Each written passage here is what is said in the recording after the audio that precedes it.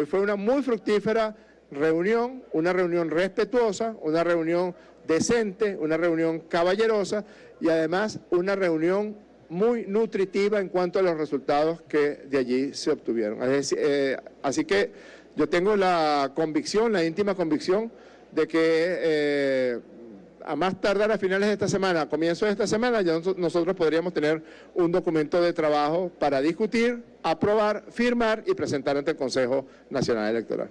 En el encuentro participó Javier Bertucci, representante del partido El Cambio, y también Antonio Ecarri, coordinador nacional de la Alianza del Lápiz. Basado en las actividades que son aproximadamente 165 días para cumplirlas según la LOPRE, por parte del Consejo Nacional Electoral, partiendo de la premisa de que los diferentes grupos de observación internacional requieren unos 6 meses de antelación para ser invitados y convocados. Basado en esa información y en esos lapsos de días, nosotros proponemos que las elecciones presidenciales sean realizadas entre el domingo 15 de septiembre y el domingo 6 de octubre. Nos anotemos en el desarrollo, y para anotarnos en el desarrollo, un instrumento fundamental para el desarrollo es la estabilidad. Y la estabilidad la da un proceso electoral. Y ese proceso electoral tiene que generar confianza para que vengan inversiones a Venezuela, y eso signifique empleo para los venezolanos, y eso significa no para un sector político en particular, no, es para todos los venezolanos. Además, los partidos Primero Venezuela y Acción Democrática ad hoc propusieron celebrar las elecciones presidenciales en julio. El aspirante a la presidencia por Primero Venezuela, José Brito, propuso el 28 de julio, una fecha que a su juicio permite cumplir con lo establecido en la Ley Orgánica de Procesos Electorales, incluyendo las auditorías en las distintas fases del proceso. Por su parte, Bernabé Gutiérrez, secretario general de Acción Democrática ad hoc, indicó que la formación propone que las presidenciales sean el 5 de julio, cuando el país conmemora su independencia. En dicho encuentro no estuvo presente la plataforma unitaria, en desacuerdo con lo planteado por el oficialismo de adelantar por 6 meses las elecciones presidenciales previstas para este 2024, además de la inhabilitación a la líder político María Corina Machado. ¿Qué significado tiene ganar por las buenas o por las malas? Se lo preguntamos a Enrique Márquez luego de escuchar la amenaza de Nicolás Maduro el fin de semana. ¿Qué buscan con estas declaraciones? Él no debería estar ni siquiera pensando en las malas. Primero, el que piensa en las malas es porque no está bien por las buenas, porque no tiene razón, porque no lo asiste el pueblo. En este caso, creo que es razonable que Maduro esté muy preocupado, porque efectivamente el pueblo no lo acompaña. Nada más hay que salir a la calle. Pregúntele a cualquier persona si está de acuerdo con que esto continúe de la misma manera, y le va a decir que no, que quiere un cambio, no solo en la política, en la economía, en la educación, en la salud, que quiere que su gente que se fue del país vuelva, que quiere un mejor futuro para sus hijos y sus nietos. De tal manera que sí, el presidente tiene que estar preocupado, porque por las buenas, haciendo un proceso electoral que sea bueno, transparente, yo no le vaticino victoria. Yo creo que el país va a cambiar. Ahora bien, el ejercicio de las malas creo que es un aguaje presidencial. ¿Qué significan las malas? ¿De la fuerza? Bueno, precisamente creo que es un aguaje.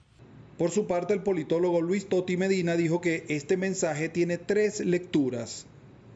Un primer destinatario, una primera audiencia es su propio público interno, quienes aún siguen al gobierno de Nicolás Maduro, para imprimirles esa autoconfianza que fue perdida después del fallido referéndum de diciembre sobre el Esequibo y la cuestión limítrofe. Un segundo público son los políticos opositores al régimen de Nicolás Maduro, a quienes intenta infundir ese temor, ese miedo. Y ese tercer público, pero no menos importante, ese tercer destinatario de este mensaje, pero no menos importante, es la población en general. Es tratar nuevamente de quitar poder al voto, quitar el poder a la gente, a la voluntad popular, restar esa fuerza e imprimir esa incertidumbre y hasta esa desconfianza que el gobierno necesita para que la gente no se movilice en un proceso electoral en su contra. De igual forma, Enrique Márquez manifestó que la plataforma unitaria debió defender su posición en esa reunión que se lleva a cabo en el Parlamento y dejar sentado que la fecha de la elección presidencial debe estar ajustada a lo acordado en Barbados.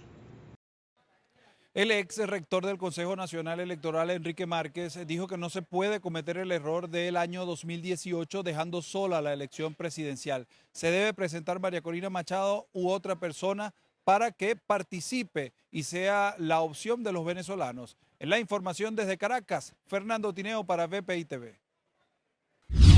Este 2024, la cantidad de migrantes que cruzan por la selva del Darién aumentará hasta en un 20% después de que el año pasado se registrara la cifra récord de más de 520,000 viajeros. Así lo afirmaron las autoridades de Panamá. En lo que va del año, han cruzado 40,739 personas por el Darién, 13,000 más que en el mismo periodo del año pasado, explicó el director del Servicio Nacional de Fronteras, Jorge Govea.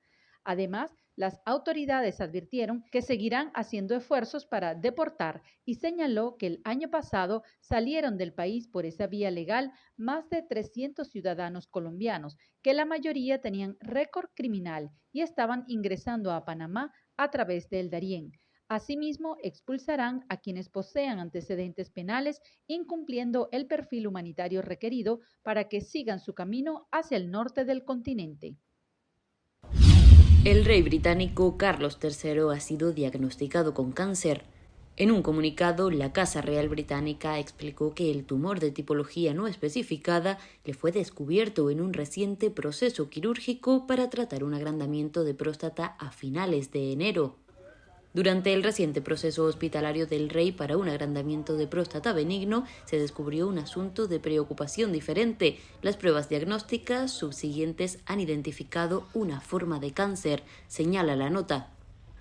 El rey de 75 años comenzó este mismo lunes un calendario de tratamientos regulares durante los cuales suspenderá sus actividades públicas, según Buckingham, aunque seguirá desarrollando su trabajo de despacho con normalidad. Su Majestad ha elegido compartir su diagnóstico para evitar las especulaciones y con la esperanza de que pueda ayudar a la comprensión ciudadana hacia todos aquellos en el mundo que están afectados por cáncer, dice el comunicado. Carlos III se siente muy positivo sobre su tratamiento oncológico y pretende regresar a la plena actividad pública tan pronto como sea posible. Además, ha expresado su agradecimiento al equipo médico que le ha atendido por su rápida intervención.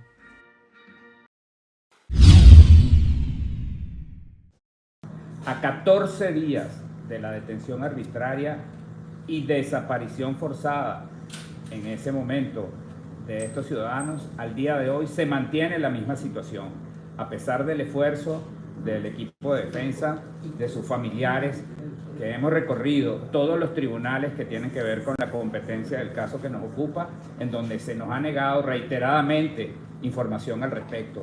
La misma suerte hemos tenido en los centros de reclusión policial, donde sus familiares y nosotros hemos ido en la búsqueda de estas personas y han sido también negada información al respecto de que se encuentren allí. Hace 11 días el Ministerio Público dio una rueda de prensa en la que daba cuenta de la detención de estos ciudadanos y sin embargo, al día de hoy, todas las autoridades a las que hemos acudido dan la misma negativa de información, lo cual materializa evidentemente la desaparición forzada y a pesar de los recursos jurídicos que se han intentado, por ejemplo, el recurso de habeas corpus que fue presentado el día 31 de enero, a este momento no ha sido contestado.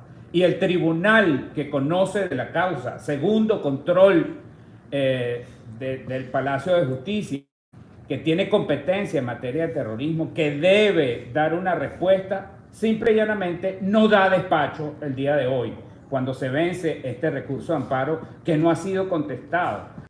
Luis Camacaro, Juan Freites y Guillermo López, dirigentes de 20 Venezuela y jefes de los comandos regionales de su campaña política, fueron detenidos sin orden judicial y sin explicación aparente el pasado martes 23 de enero. El Observatorio Venezolano de Prisiones alertó que no hay información oficial precisa sobre 20.000 presos que, según el Ministerio de Interior y Justicia, fueron liberados el año pasado debido a que estaban en hacinamiento en los calabozos policiales. Según lo monitoreado por la organización no gubernamental, no hay información en qué estados lo hicieron ni cuántos privados de libertad hay actualmente en los recintos penitenciarios. Tampoco se conoce bajo qué condiciones fue otorgada la libertad. Además, los presos beneficiados de estos planes son presuntamente obligados a renunciar a la defensa privada y sometidos a presiones por parte de la defensa pública. Así lo reportó el observatorio.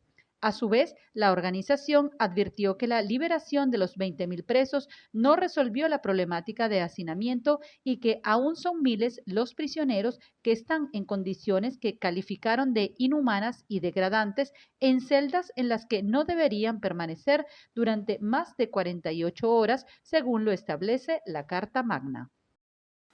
La inflación en Venezuela cerró en 4.2% el mes de enero, 0.3% menos que en diciembre de 2023, según datos difundidos este martes por el Observatorio Venezolano de Finanzas. La organización explicó que los datos de enero reflejan una persistencia en la tendencia inflacionaria que ha afectado al país en los últimos años. En su reporte mensual detalló que la inflación interanual alcanzó el 121% el mes pasado. De acuerdo con los cálculos del Observatorio Venezolano de Finanzas, los sectores con mayor incremento durante enero fueron los de servicios de comunicación y de esparcimiento, con 12.2% y 11.3% respectivamente. Según datos oficiales del Banco Central de Venezuela, la inflación acumulada en el país cerró 2023 en 189.8%, lo que representa una disminución de 44.2 puntos respecto a 2022, cuando alcanzó un 234%. El expresidente de Chile, Sebastián Piñera, murió a sus 74 años en un accidente de helicóptero ocurrido en Lago Ranco, sur del país, en el que 3 personas más resultaron heridas. Piñera, que estudió ingeniería comercial, nació el 1 de diciembre de 1949 en Santiago y fue presidente en 2 ocasiones de Chile, de 2010 a 2014 y de 2018 a 2022. La ministra del Interior, Carolina Toá, aseguró que el presidente de Chile, Gabriel Boric, ha solicitado que se realice un funeral de Estado y que se declare duelo nacional. Asimismo, ha hecho llegar sus condolencias y un mensaje de solidaridad y apoyo a la familia del exmandatario. Están fuera de peligro, pero no fue el caso del cuarto tripulante, que era el expresidente Sebastián Piñera. Hace pocos momentos hemos tenido la confirmación de parte de Carabineros que nos indica que la Armada pudo llegar al lugar donde se provocó el accidente y recuperar el cuerpo del expresidente Piñera, que ha fallecido. Que se realice como corresponde un funeral de Estado, que se declare duelo nacional. Y ciertamente hemos buscado en estos primeros minutos hacer llegar directamente a su familia nuestra solidaridad y nuestro apoyo.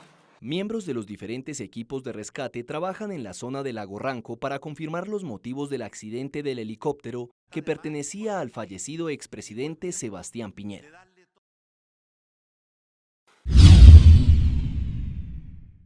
Decirles a todos ellos que hoy hemos podido constatar que no estamos solos, que contamos con todos los demócratas del mundo. Vemos aquí esta expresión bipartisana, el apoyo del Congreso y el apoyo del gobierno de los Estados Unidos en una lucha que, como bien decía, esto no es un derecho de una persona, es de 30 millones de venezolanos a vivir en libertad. Y estamos hoy unidos en ello.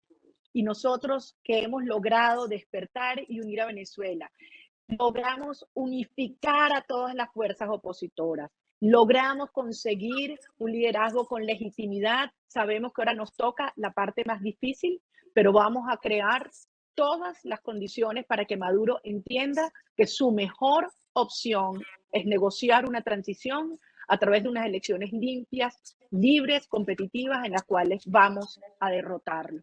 Y vamos a lograr, por supuesto, construir una Venezuela en la cual aquellos que se han ido puedan regresar. Y Venezuela será un foco de prosperidad, de estabilidad y de seguridad hemisférica, y desde luego esto tendrá una enorme repercusión en la libertad de otras naciones hermanas como Cuba y Nicaragua. Nos esperan los tiempos más duros, saben que cuentan con nosotros siempre, que esta fuerza está creciendo y que esta lucha es hasta el final. La ganadora de la primaria opositora 2023 remarcó que sigue existiendo una gran oportunidad en Venezuela para lograr un cambio político tras 25 años del chavismo en el poder. Machado afirmó que la administración de Nicolás Maduro y el chavismo, a su juicio, se encuentran débiles porque han perdido la base social que en otras décadas los respaldaba. Esto debido a la honda crisis multidimensional que el país padece desde hace casi 10 años. También pidió el cierre de los centros de tortura en Venezuela, entre ellos el conocido como Helicoide, al tiempo que abogó por la liberación de los presos políticos. Por su parte, el Subcomité para el Hemisferio Occidental de la Cámara de Representantes de Estados Unidos manifestó su respaldo a María Corina Machado y exigió que la administración de Nicolás Maduro cumpla con lo establecido en el Acuerdo de Barbados. El futuro de la democracia, de la libertad y Venezuela va a ser libre precisamente por la actitud que tú has tenido y esos miles y miles de valientes venezolanos que demuestran su amor a la libertad, a la patria, y así que te agradecemos lo que estás haciendo. Y mandarle un mensaje, como está diciendo mi compañero Díaz Valar, muy claro a la Casa Blanca, que nosotros estamos dispuestos a trabajar de una manera bipartidita, mientras que se mantenga el compromiso de Barbados, mientras que se mantenga la presión de la Casa Blanca al régimen de Maduro, que tiene que seguir lo que prometió y que tiene que permitir elecciones libres, transparentes, con observadores internacionales y que el pueblo venezolano pueda votar. Y si te escogen a ti como presidenta, que Dios te bendiga, pero que ese proceso exista. No va a haber ningún otro, nosotros no estamos dispuestos a negociar, ni estamos dispuestos a dar un ápice en contra de esa idea que acabo de expresar. El profesor universitario y abogado Juan Manuel Rafali insistió en que la oposición debe seguir adelante en la ruta electoral y buscar el cumplimiento del acuerdo firmado el pasado mes de octubre en Barbados, con el fin de conseguir una elección realmente competitiva en el país. La oposición tiene que seguir adelante por la ruta electoral, que es el camino que le queda y que es consistente con su actitud democrática. De modo que no veo otra opción distinta a esa. Pensar en acuerdos electorales sin contar con la persona que aglutina la mayor representatividad política en el país en este momento, habilitada o inhabilitada, como lo quieran poner, es un disparate, pues, porque eso sería un acuerdo con pies de barro y donde al final el discurso público de ella va a terminar poniendo la agenda de la oposición a los efectos de esa ruta electoral. En este sentido, el decano de la Facultad de Ciencias Económicas y Sociales de la Universidad Central de Venezuela, Luis Sangarita, aseguró que la legitimación internacional del proceso presidencial de 2024 pasa por el reconocimiento de la negociación. Barbados es importante para legitimar todo el proceso político que debe darse en Venezuela. En Venezuela, independientemente de lo que suceda, va a haber un proceso electoral. Ahora, la legitimidad de ese proceso pasa por el reconocimiento de los actores internos y de los actores internacionales. Barbados es el instrumento que lo operacionaliza. Es decir, si logramos construir un proceso electoral con observación internacional, que los veedores del Acuerdo de Barbados se sientan satisfechos por las condiciones cumplidas y que sea reconocido por los actores internos, creo que será eficiente el proceso electoral y por su carácter de competencia, por su carácter de equilibrado y por generar de alguna manera la competencia y la decisión electoral que debe marcar el futuro de Venezuela. Participantes insistieron en que una negociación en Venezuela no puede reducirse a mínimas garantías electorales, sino un pacto de convivencia democrática, cuyo incumplimiento podría generar mayor presión internacional e inestabilidad interna en el país. Desde Caracas, Venezuela, Irene Mejías. La Procuraduría colombiana ordenó abrir una investigación disciplinaria contra el canciller Álvaro Leiva por el presunto desacato a la suspensión por 3 meses que esta misma oficina le dictó por posibles irregularidades durante el proceso de licitación de pasaportes. Esta entidad, que suspendió a Leiva el pasado 24 de enero, considera que el canciller no acató esta decisión, pues ha seguido en sus funciones y el presidente colombiano, Gustavo Petro, no ha ordenado un reemplazo. La Procuraduría revisará las determinaciones que el titular de la cartera habría adoptado y las comunicaciones enviadas representando a la Cancillería, desconociendo que se encontraba apartado del cargo e inhabilitado para ejercer las funciones correspondientes, reza el comunicado. De ahí determinará si los hechos pueden ser constitutivos de falta disciplinaria o si se actuó o no al amparo de una causal de exclusión de responsabilidad. En septiembre pasado, la Procuraduría abrió una investigación contra Leiva y contra el secretario general de la Cancillería, José Antonio Salazar, por irregularidades en la anulación de la licitación para expedir los pasaportes.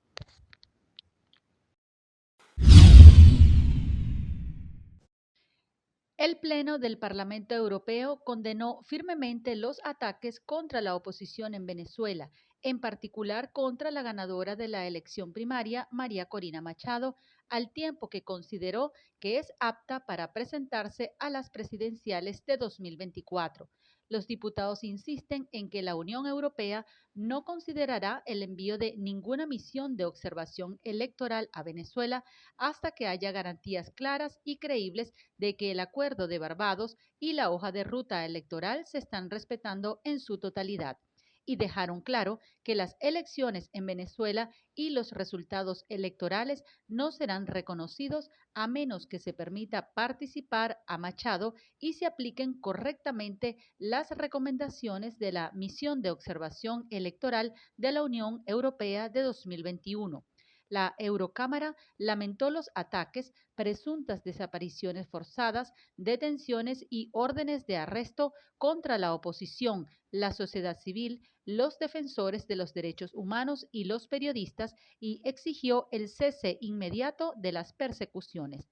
El texto también condena enérgicamente los intentos de impedir que otros políticos de la oposición, como Enrique Capriles, ocupen cargos públicos. A juicio de los parlamentarios, Maduro incumple el acuerdo firmado el año pasado en Barbados de celebrar elecciones presidenciales libres y justas en 2024. En ese contexto, instaron a los Estados miembros de la Unión Europea a endurecer las sanciones existentes contra la administración de Maduro. Blas Núñez Neto, subsecretario de esta instancia, especificó que este número puede ser mayor e incrementar un control más efectivo en la frontera con México si se aprobara la propuesta de ley que reposa en la Cámara Baja de Estados Unidos. El número que yo le di, los 530.000 que hemos repatriado desde el 12 de mayo, son repatriaciones a todos países, y eso incluye obviamente repatriaciones a México, de nacionales de México, pero también de nacionales de Cuba, Haití, Nicaragua y Venezuela, pero también son repatriaciones a países en nuestro hemisferio y también a países por todo el mundo. Hemos repatriado nacionales desde el 12 de mayo a más de 130 países. Ya tenemos vuelos de repatriación regulares, como ustedes saben, a todos los países del hemisferio, y también estamos operando vuelos de repatriación a países diversos como India, Mauritania y otros países a lo largo del mundo. Así que esa cifra que le di incluye todas las repatriaciones que hemos hecho a todos los países. Asimismo, se refirió a la suspensión de los vuelos de repatriación hacia Venezuela. En términos de los vuelos de repatriación, siempre hay ajustes que se hacen en base a conversaciones con los gobiernos, en realidad a cualquier gobierno. En este caso, con el gobierno de Venezuela, seguimos en discusiones acerca del vuelo que fue suspendido y pensamos que pronto se va a operar el próximo vuelo. La autoridad norteamericana insistió que quienes hayan ingresado a Estados Unidos de manera ilegal se enfrentan a duras sanciones y castigos. Aprovechó para asegurar que hay investigaciones en contra de las organizaciones que han hecho del tráfico fronterizo un negocio. Al menos 17 personas privadas de libertad en calabozos de Venezuela fallecieron en el año 2023 por problemas de salud asociados con las condiciones de los centros de detención preventiva, caracterizados por el hacinamiento y la falta de atención médica, según el informe de la organización no gubernamental Una Ventana a la Libertad. La ONG, que tiene información de 293 centros de detención preventiva en todo el país, detalló que del total, 6 de las personas fallecieron por complicaciones pulmonares o respiratorias, 5 por tuberculosis, 3 por desnutrición, 2 sufrieron infartos y sobre 1 no hay detalles. Destacó que la tuberculosis es la enfermedad que persiste entre la población reclusa venezolana, cobra fuerza y se expande con facilidad por el nivel de hacinamiento, porque las celdas no tienen suficiente ventilación, porque en estos lugares escasea el agua potable, porque los presos no son expuestos con frecuencia a la luz solar y porque los enfermos conviven con los sanos. Además, denunciaron que en al menos el 90% de los centros de detención preventiva no se les suministra el servicio de alimentación. Primero, tenemos al 30% de la población de los funcionarios policiales de todos los cuerpos en sus sitios de trabajo cuidando a los presos en vez de estar en la calle cuidando a la ciudadanía, que es su verdadera función. Aparte de eso, no hay servicio de alimentación. En ningún centro de detención preventiva, o por lo menos casi en el 90 y pico %, no se les suministra alimentación a las personas privadas de libertad. Esto es un tema importante, sobre todo ahorita que está el relator para la alimentación de las Naciones Unidas en Venezuela realizando una visita para ver el problema de la alimentación en el país. La organización dijo que el hacinamiento en los centros de detención preventiva del país durante el año 2023 fue de 189,31%, un 13% más que durante el 2022, cuando se registró la cifra de 176,2%. La Policía Federal de Brasil desplegó una gran operación que señala al expresidente Jair Bolsonaro, así como a varios de sus aliados más próximos, por intentar un golpe de Estado que mantuviera en el poder al líder ultraderechista.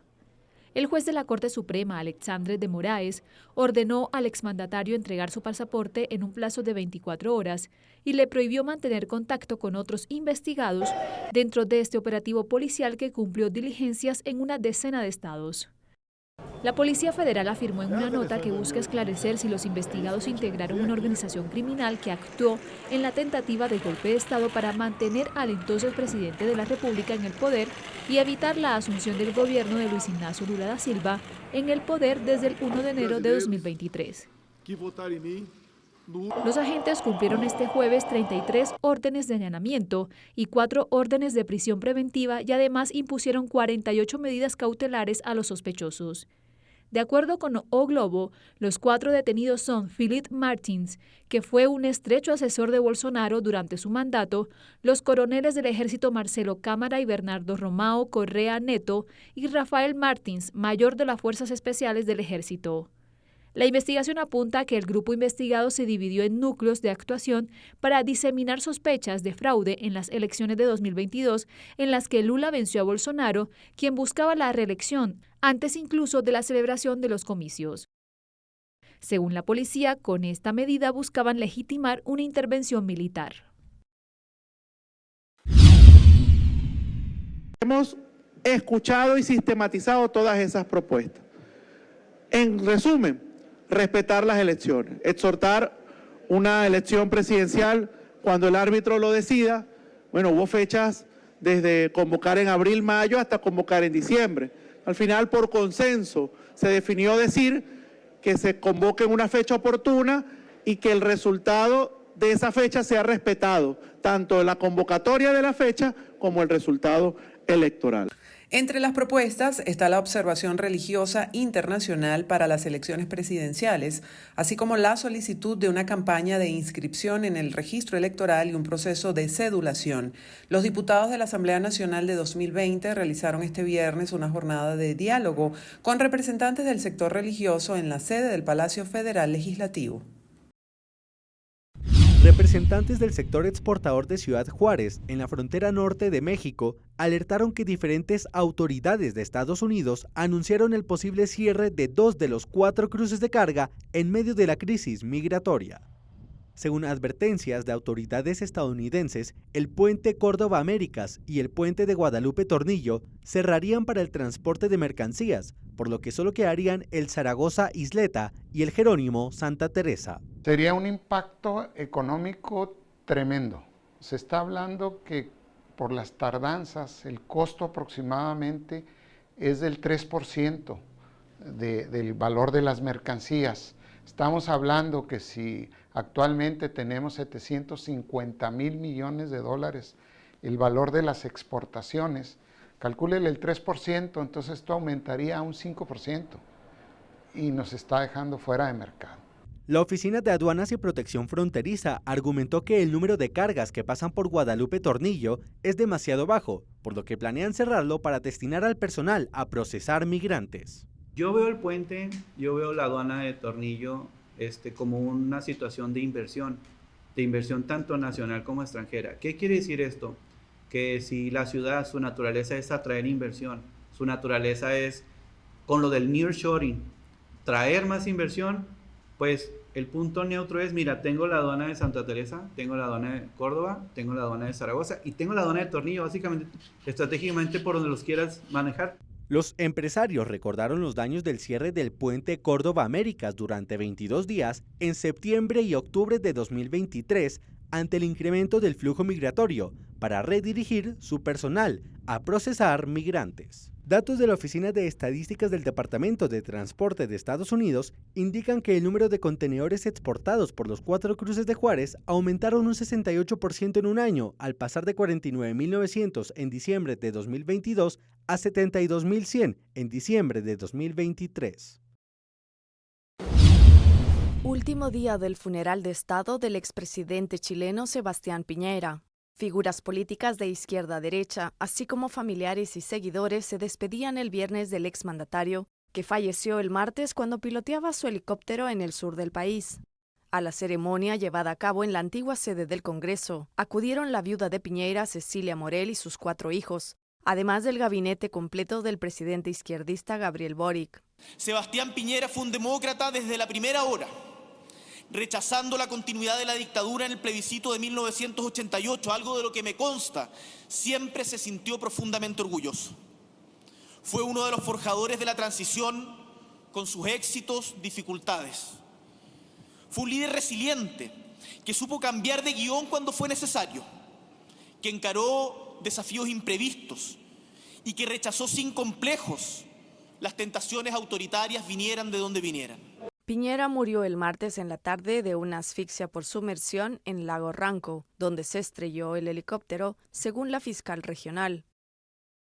Viajaba junto a 3 personas, entre ellas su hermana, que resultaron ilesas. A sus 74 años, Piñera era uno de los hombres más ricos de Chile, reconocido por haber sido el primer político de derecha elegido democráticamente para ocupar la presidencia después de la dictadura de Augusto Pinochet. Gobernó el país en 2 ocasiones, de 2010 a 2014 y de 2018 a 2022. Fue elogiado por seguidores y rivales políticos por su capacidad de diálogo y su compromiso con una democracia liberal.